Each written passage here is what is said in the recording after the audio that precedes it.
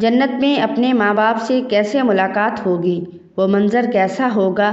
جنت میں کن کن رشتہ داروں سے ملاقات ہوگی، یہ جاننا ہر مسلمان کے لیے ضروری ہے۔ جان کر آپ حیران رہ جائیں گے۔ بسم اللہ الرحمن الرحیم۔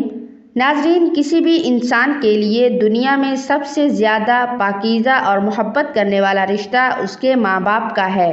اس کے بعد انسان کے سگے بہن بھائی اور پھر دوسرے رشتہ دار آتے ہیں۔ اس دنیا میں قائم یہ رشتے کسی بھی انسان کے لیے اولین ترجیح ہوتے ہیں، جبکہ کچھ رشتے تو ہماری زندگی کے لیے ایسے اہم اور لازم و ملزوم بھی ہو جاتے ہیں کہ ان کے بغیر زندگی گزارنا ناممکن اور محال ہو جاتا ہے۔ محترم ناظرین، جنت ایک ایسی شاندار اور بے مثال جگہ ہے جو اللہ عز و جل نے ایمان والوں کے لیے بنائی ہے، اور اس میں ایسی نعمتیں رکھی ہیں جو نہ کسی آنکھ نے دیکھی، نہ کسی کان نے سنی اور نہ ہی کسی دل میں ان کا خیال آیا۔ جنت کے بارے میں جو کچھ بیان کیا جاتا ہے وہ صرف سنانے کے لیے ہوتا ہے، ورنہ دنیا کی اعلیٰ ترین چیز کا بھی جنت کی کسی نعمت سے کوئی مقابلہ نہیں۔ لیکن اب سوال یہ ہے کہ کیا انسان کی نہ ختم ہونے والی زندگی میں بھی ہمارے اہم اور پاکیزہ رشتے ہمارے ساتھ ہوں گے، یعنی جنت میں؟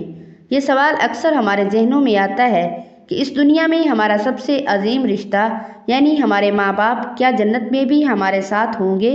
یہ احادیث کی روشنی میں اس سوال کا جواب تلاش کرتے ہیں۔ احادیث میں ہے کہ جب کوئی روح علیین میں پہنچتی ہے تو وہاں پر موجود روحیں اس سے ملنے آتی ہیں، دنیا میں اپنے رشتہ داروں کے بارے میں معلوم کرتی ہیں، اور اس طرح سے جب کوئی انسان مرنے کے بعد علیین میں پہنچتا ہے اس کے رشتہ دار اس سے ایسے ملتے ہیں جیسے کسی دور دراز سے آنے والے مسافر سے ملاقات کی جاتی ہے، اور دونوں آپس میں مل کر بہت خوش ہوتے ہیں۔ ارشاد باری تعالیٰ ہے، آج تم کو نہ کوئی خوفداری ہوگا اور نہ تم غمگین ہوں گے، میرے وہ بندے جو ہماری آیتوں پر ایمان لائے تھے اور فرما بردار رہے تھے، تم بھی اور تمہاری بیویاں بھی خوشی سے چمکتے چہروں کے ساتھ جنت میں داخل ہو جاؤ۔ ان کے آگے سونے کے پیالے اور گلاس گردش میں لائے جائیں گے، اور اس جنت میں ہر وہ چیز ہوگی جس کی دلوں کو خواہش ہوگی اور جس میں آنکھوں کو لذت حاصل ہوگی۔ ان سے کہا جائے گا کہ اس جنت میں تم ہمیشہ رہو گے۔ محترم ناظرین، ان آیات سے یہ بات ثابت ہوتی ہے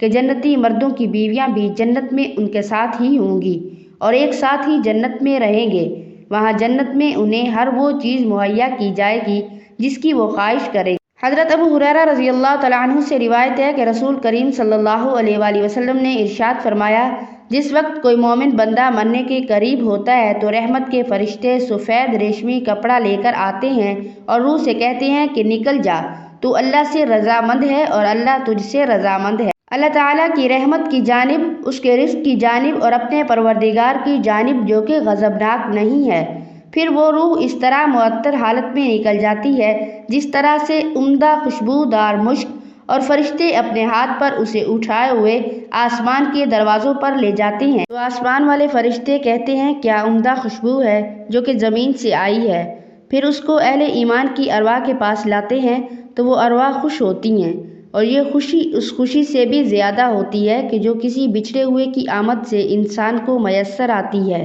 پھر وہ پہلے سے موجود مومنین اس نئے آنے والے سے دریافت کرتے ہیں کہ فلاں آدمی نے کیا کیا اور فلاں آدمی کا کیا ہوا، یعنی جس شخص کو دنیا میں چھوڑ کر گئے تھے اب وہ کس طرح کے کاموں میں مشغول ہیں، اور پھر انہی میں سے چند ارواح آپس میں ایک دوسرے سے کہتی ہیں کہ ابھی ٹھہر جاؤ اور اسے چھوڑ دو کیونکہ یہ دنیا کے غم میں مبتلا تھا۔ یہ وہ پوچھتی ہیں کہ کیا وہ شخص ابھی تم لوگوں کے پاس نہیں پہنچا، وہ تو کب کا مر چکا تھا۔ اس پر وہ روحیں کہتی ہیں کہ پھر وہ تو جہنم میں گیا ہوگا۔ محترم ناظرین، پیارے نبی حضرت محمد مصطفیٰ صلی اللہ علیہ وآلہ وسلم نے فرمایا کہ تمہارے اعمال تمہارے ان رشتہ داروں اور خاندان والوں کے سامنے جو آخرت یعنی عالم برزخ میں ہیں پیش کیے جاتے ہیں۔ اگر نیک عمل ہوں تو وہ خوش ہوتے ہیں اور کہتے ہیں کہ اے اللہ، آپ کا فضل اور رحمت ہے، بس اپنی یہ نعمت اس پر پوری کیجیے اور اس پر اس کو موت دیجیے۔ اسی طرح ان پر گناہگار شخص کا عمل بھی پیش ہوتا ہے تو کہتے ہیں اے اللہ،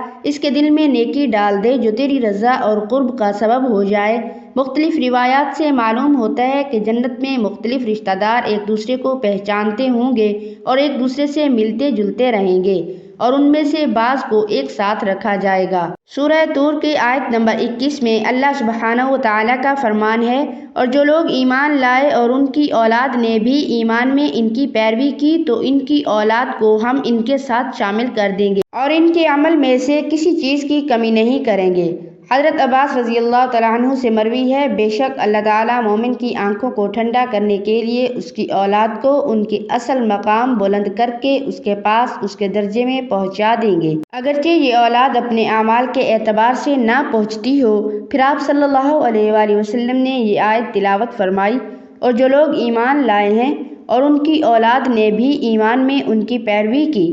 اس سے معلوم ہوتا ہے کہ انسانوں کی اولاد کو اس کے خواہش کے مطابق ان کے ساتھ ہی رکھا جائے گا۔ جو لوگ جنت میں جائیں گے تو یقیناً یہ وہ لوگ ہوں گے جنہوں نے اس دنیا میں نیک اعمال کیے ہوں گے، جبکہ ایسے لوگ بھی ہوں گے جنہوں نے گناہ کیے ہوں گے لیکن اپنے گناہوں پر شرمندہ ہو کر اس دنیا میں ہی اللہ سے معافی مانگ لی ہو اور صدق دل سے توبہ استغفار کر لیا ہو تو اللہ تعالیٰ ان کو معاف فرما کر جنت میں داخل کرے گا، جہاں اللہ عز و جل ان کی ہر خواہش پوری فرما دے گا۔ اور یقیناً اس کی خواہش میں سے ایک خواہش یہ بھی ہوگی کہ دنیا میں اس سے جو بھی گناہ سرزد ہو چکے ہوں یا کوئی گناہ والے اعمال اس نے کیے ہوں تو اس سے وہ تمام اعمال بھلا دیے جائیں، کیونکہ جنت امن اور سکون کی جگہ ہوگی جہاں منفی خیالات اور غم و غصے کی کوئی گنجائش نہ ہوگی، ہر طرف خوشحالی ہی خوشحالی ہوگی، جیسا کہ سورہ بقرہ کی آیت نمبر 25 میں ارشاد باری تعالیٰ ہے، اور جو لوگ ایمان لائے اور نیک عمل کرتے رہے ان کو خوشخبری سنا دو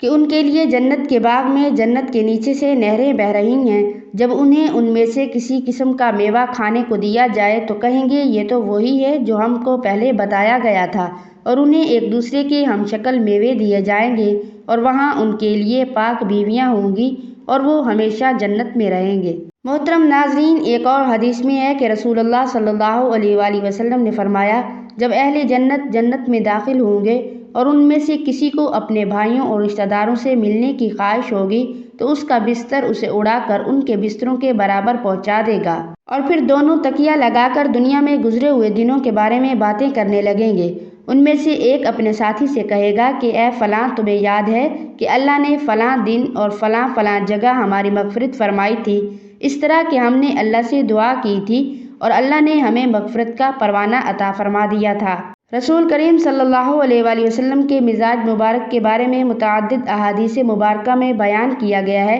کہ آپ صلی اللہ علیہ وآلہ وسلم انتہائی شگفتہ مزاج تھے اور نرمی و محبت سے اور مسکرا کر بات کیا کرتے تھے، تاہم کئی بار آپ صلی اللہ علیہ وآلہ وسلم بے اختیار ہنس بھی دیتے، مگر یہ اس وقت ہوتا جب آپ صلی اللہ علیہ وآلہ وسلم آخرت کے حالات بیان فرما رہے ہوتے۔ فنا فی اللہ کی تہ میں بقا کا راز مضمر ہے، جسے مرنا نہیں آتا اسے جینا بھی نہیں آتا۔ اللہ تبارک و تعالیٰ سے دعا ہے کہ اللہ تعالیٰ ہمیں بھی اس دنیا کی آزمائش میں کامیاب و کامران فرما کر جنت میں داخل فرمائے اور ہمارا خاتمہ ایمان پر فرمائے، آمین ثم آمین۔ ناظرین، اللہ تعالیٰ کے 99 ناموں میں سے ایک نام کمنٹ باکس میں ضرور ٹائپ کریں۔